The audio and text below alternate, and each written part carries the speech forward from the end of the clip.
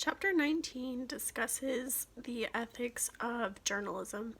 In the case that we studied, it was Adam Rue, who was a student journalism major and worked for the school's newspaper, and as well as the radio station that the University of North Carolina Chapel Hill possessed. In 2008, the student body president, Eve Carson, was murdered on campus, and Adam Rue was her friend as well as worked on the radio station with her on campus, and he was faced with the decision on whether or not to report on her murder as her friend, as a journalist, and how to go about doing that. The issue that Adam came across was whether or not it was unethical for him to report on Eve's murder case because he was a personal friend of hers and because they attended school together as well as worked on the school's radio station together. Ultimately, he decided that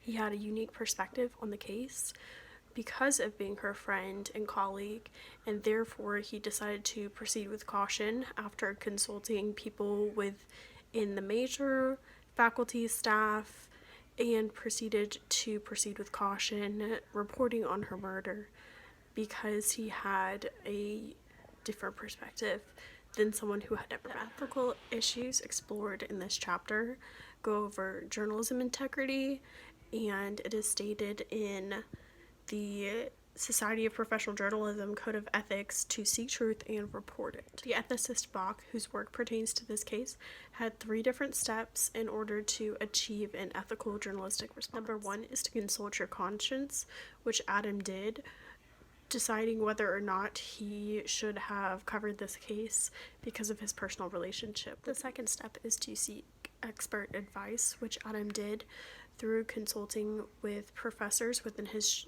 journalism major, as well as consulting with his father, who was a local journalist. The third step is to conduct a public discussion if feasible, in which case there was not really an opportunity for Adam to do this, considering he was on a college campus, and oftentimes it is very inconceivable that he would be able to ask the public before reporting on such matters.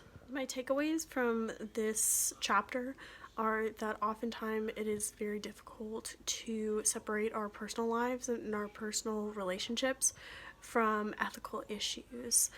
This could be on all spectrums of things, but we must analyze what we are doing in order to ensure that we are being ethical. I can see this in many different situations, from journalism to public affairs to politics to school boards to all sorts of different things.